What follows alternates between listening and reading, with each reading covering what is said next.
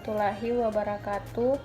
Kami dari kelompok 4 akan mempresentasikan materi tentang hubungan struktur aktivitas senyawa penekan sistem saraf pusat obat anti kejang. Obat anti kejang adalah senyawa yang secara selektif dapat menekan sistem saraf pusat dan digunakan untuk mengontrol dan mencegah serangan tiba-tiba dari epilepsi tanpa menimbulkan depresi pernapasan.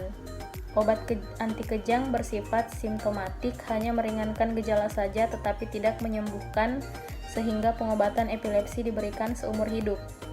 Epilepsi adalah gejala kompleks yang dikarakterisasi oleh kambuhnya serangan hebat, distremia otak disertai dengan gangguan atau hilangnya kesadaran, dan kadang-kadang disertai dengan pergerakan tubuh atau kejang. Biasanya waktunya pendek dan terjadi pada orang tertentu. Obat anti kejang yang pertama efek sampingnya kerusakan sumsum tulang, hati dan ginjal, neuropati, gangguan saluran cerna dan alopecia. Yang kedua mekanisme kerja, serupa dengan anestetika sistemik dan sedatif hipnotika, yaitu termasuk obat berstruktur tidak spesifik yang efek farmakologisnya dipengaruhi oleh sifat kimia fisika dan tidak oleh pembentukan kompleks dengan reseptor spesifik. Pada umumnya mempunyai dua struktur karakteristik, yaitu gugus yang bersifat polar, biasanya gugus imido, dan gugus yang bersifat lipofil.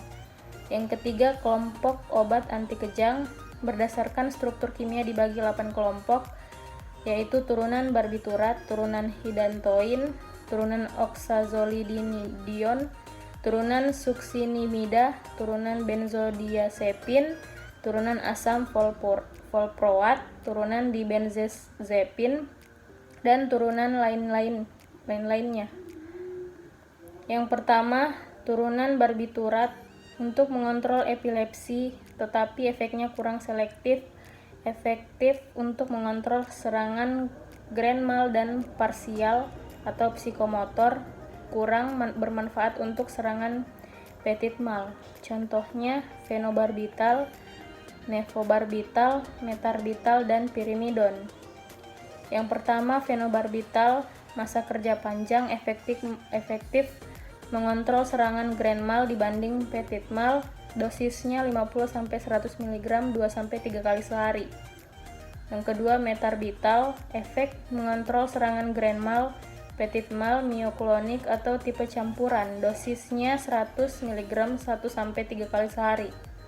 Pirimidon atau misolin, mengontrol serangan grand mal dan psikomotor, dosisnya 250-1500 mg per hari. 2. Turunan hidantoin, efektif untuk mengontrol serangan grand mal dan parsial atau psikomotor, kurangan bermanfaat untuk serangan petit mal. Contohnya mefenitoin NA, mefenitoin, dan etotoin. Phenytoin NA sifatnya sedatif sangat rendah, efektif mengontrol serangan grand mal bila dikonsumsi dengan fenobarbital. Tidak digunakan untuk serangan petit mal, kemungkinan meningkatkan frekuensi serangan. Efek samping, hiperplasia gingival pada anak-anak dan hiperaktivitas. Pemberian secara oral diabsorpsi secara lambat tetapi sempurna. Kadar darah tertinggi dicapai dalam 1,5 sampai 3 jam, dengan waktu paruh dalam plasma kurang lebih 24 jam. Mefenitoin jarang digunakan sebagai obat anti kejang karena menimbulkan hepatotoksik, dermatitis, dan anemia aplastik. Etotoin mempunyai efektif anti kejang lebih rendah dibanding phenytoin dan menimbulkan efek sedasi lebih besar. 3.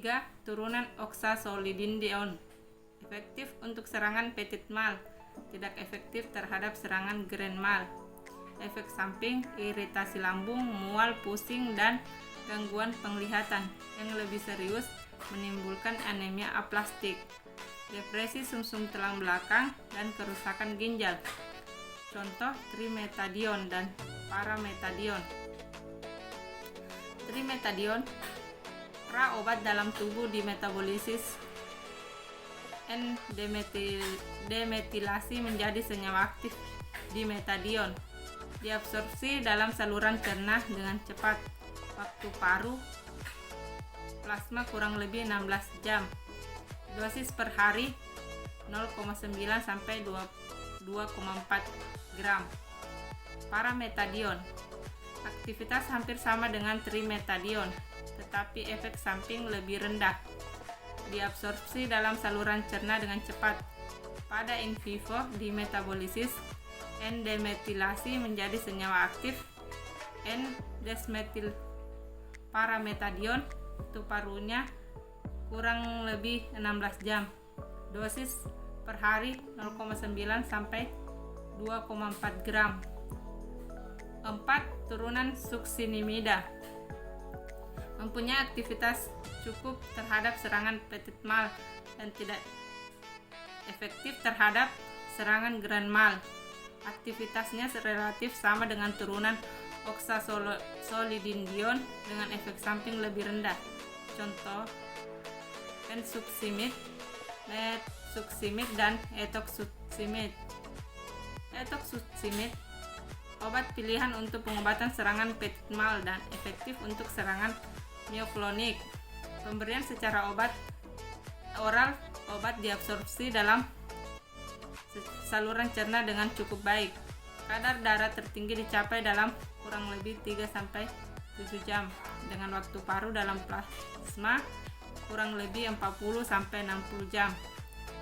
Metsuccinimib mempunyai aktivitas anti kejang lebih tinggi dibanding bensuccinimib dan etoxsuccinimib, tetapi toksisitas lebih besar. Absorpsi obat dalam saluran cerna cepat. Waktu paru plasma kurang lebih 3 jam. 5. Turunan benzodiazepin. Penekan sistem saraf pusat yang terutama digunakan sebagai sedatif, hipnotik, dan relaksasi obat. Beberapa juga efektif untuk serangan epilepsi, tetapi terbatas karena cepat menimbulkan toleransi. Contoh chlordiazepoksid, diazepam, clobazam, flurazepam, lorazepam, dan clonazepam. Diazepam efektif untuk pengobatan status epileptikus akut bila diberikan secara parenteral. Masa kerja pendek sehingga pengontrolan jangka panjang kurang efektif. Biasa dikombinasikan dengan fenobarbital. Dosis intravena 0,15 sampai 0,25 mg per kilogram berat badan. Dapat diulang setelah 15 menit diperlukan. Clonazepam atau rivotril, obat penekan sistem saraf pusat dengan masa kerja yang panjang. Efektif mengontrol serangan petit mal dan mioklonik. Dosis 2-4 mg per hari. Yang digunakan untuk anti kejang itu terbagi menjadi dua. Yang pertama asam valproat dan valpromid. Asam valproat untuk pengobatan serangan petit mal dan mioklonik. Aktivitas serangan terhadap petit mal lebih besar dibandingkan clonazepam, tetapi terhadap serangan mioklonik lebih kecil. Efek sampingnya itu relatif kecil, terutama adalah gangguan saluran cerna. Dosis awalnya itu 5-15 mg kilogram berat badan per hari dalam dosis terbagi. Dosis pemerahannya itu 15-25 mg kilogram berat badan per hari. Uniknya turunan di benzodiazepin. Contohnya itu ada dua, yaitu carbamazepin dan oxcarbazepin. Carbamazepin mempunyai spektrum anti kejang luas yang digunakan untuk mengontrol serangan epilepsi parsial, grand mal, dan petit mal. Juga obat terpilih untuk pengobatan neuralgia, trigeminal, dan glossalgial. Efek sampingnya itu relatif lebih rendah dibandingkan dengan phenytoin, seperti mengantuk dan iritasi lambung. Diabsorpsinya secara lambat pada saluran cerna. Kadar plasma tertinggi dicapai setelah 6-12 jam dengan waktu parabiologis kurang lebih 36 jam. Dosisnya itu 400 mg per hari. Sedangkan oxcarbazepin dari carbamazepin. Sifat dan kegunaan mirip dengan carbamazepin. Dosis awalnya itu 300 mg per hari, kemudian ditingkatkan menjadi 600 sampai 1200 mg per hari dalam dosis terbagi.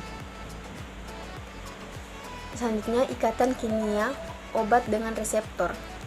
Molekul obat dengan struktur tertentu harus dapat berinteraksi dengan target aksi obat yang salah satunya yaitu reseptor, di mana reseptor merupakan suatu makromolekul seluler yang secara spesifik dan langsung berikatan dengan ligan atau obat hormon neurotransmitter untuk memicu signaling kimia antara dan dalam sel menimbulkan efek. Karakteristiknya itu pertama, efektif pada kadar rendah. Modifikasi sedikit dalam struktur kimianya akan menghasilkan perubahan dalam aktivitas biologisnya, melibatkan kesetimbangan kadar obat dalam biofasa dan fase eksternal. Pada keadaan kesetimbangan, aktivitas biologisnya maksimal, yang melibatkan ikatan-ikatan yang lebih kuat dibandingkan pada senyawa yang berstruktur non-spesifik. Bekerja terhadap enzim antagonis dengan cara pengaktifan, penghambatan, atau pengaktifan kembali enzim-enzim tubuh. Penularan fungsi gen yang bekerja pada membran, yaitu dengan mengubah membran sel dan mempengaruhi sistem transport membran. Tipe ikatan kimia yang terlibat dalam interaksi obat reseptor yang pertama, ikatan kovalen. Ikatan kovalen terbentuk bila ada dua atom saling menggunakan sepasang elektron secara bersama-sama. Ikatan ini merupakan ikatan yang paling kuat dengan rata-rata kekuatan ikatan 100 kk per mol. Interaksi obat reseptor melalui ikatan kovalen menghasilkan kompleks yang cukup stabil dan sifat ini dapat digunakan untuk tujuan pengobatan tertentu seperti obat anti kanker. Contohnya CH3OH. Yang kedua, ikatan ion. Ikatan ion adalah ikatan yang dihasilkan oleh daya tarik-menarik elektrostatik antara ion-ion yang muatannya berlawanan. Kekuatan tarik-menarik akan semakin berkurang bila jarak antar ion makin jauh, dan pengurangan tersebut berbanding terbalik dengan jaraknya. Yang ketiga, ikatan interaksi ion dipol dan dipol-dipol. Adanya perbedaan keelektronegatifan atom C dengan atom yang lain, seperti O dan N, akan membentuk distribusi elektron tidak simetris atau dipol yang mampu membentuk ikatan dengan ion atau dipol lain, baik yang mempunyai daerah kerapatan elektron tinggi maupun rendah. Yang keempat, ikatan hidrogen. Ikatan hidrogen merupakan suatu ikatan antara atom H yang mempunyai muatan positif parsial dengan atom lain yang bersifat elektronegatif dan mempunyai sepasang elektron bebas dengan oktet lengkap seperti ONF. Ikatan hidrogen terjadi pada senyawa yang memiliki gugus-gugus seperti OH, ONHO, NHH, OHN, NHF, OHF. Ada dua ikatan hidrogen, yakni ikatan hidrogen intramolekul terjadi dalam suatu molekul dan ikatan hidrogen intramolekul terjadi antar molekul-molekul. Kekuatan ikatan intramolekul lebih lemah dibandingkan dengan intramolekul. Contohnya ROH, O sama dengan C. Yang kelima, ikatan van der Waals. Ikatan van der Waals merupakan kekuatan tarik-menarik antara molekul atau atom yang tidak bermuatan dan letaknya berdekatan atau jarak +4-6 H. Ikatan ini terjadi karena sifat kepolarisasian molekul atau atom. Yang kedua, ikatan van der Waals terlibat pada interaksi cincin benzen dengan daerah bidang datar reseptor dan pada interaksi rantai hidrokarbon dengan makromolekul atau reseptor. Yang keenam, ikatan hidrofob. Ikatan hidrofob merupakan salah satu kekuatan penting pada proses penggabungan daerah nonpolar molekul obat dengan daerah nonpolar reseptor biologis. Daerah nonpolar molekul obat yang tidak larut dalam air dan molekul-molekul air di sekelilingnya akan bergabung melalui ikatan hidrogen, membentuk struktur kuasi kristalin atau icebergs. Yang terakhir, ikatan muatan. Kompleks yang terbentuk antara dua molekul melalui ikatan hidrogen merupakan kasus khusus dari fenomena umum kompleks donor-aseptor yang distabilkan melalui daya tarik-menarik elektrostatik antara molekul donor elektron dan molekul aseptor elektron. Baker mengelompokkan kompleks transfer muatan menjadi dua senyawa, yaitu yang berfungsi sebagai donor elektron dan sebagai aseptor elektron.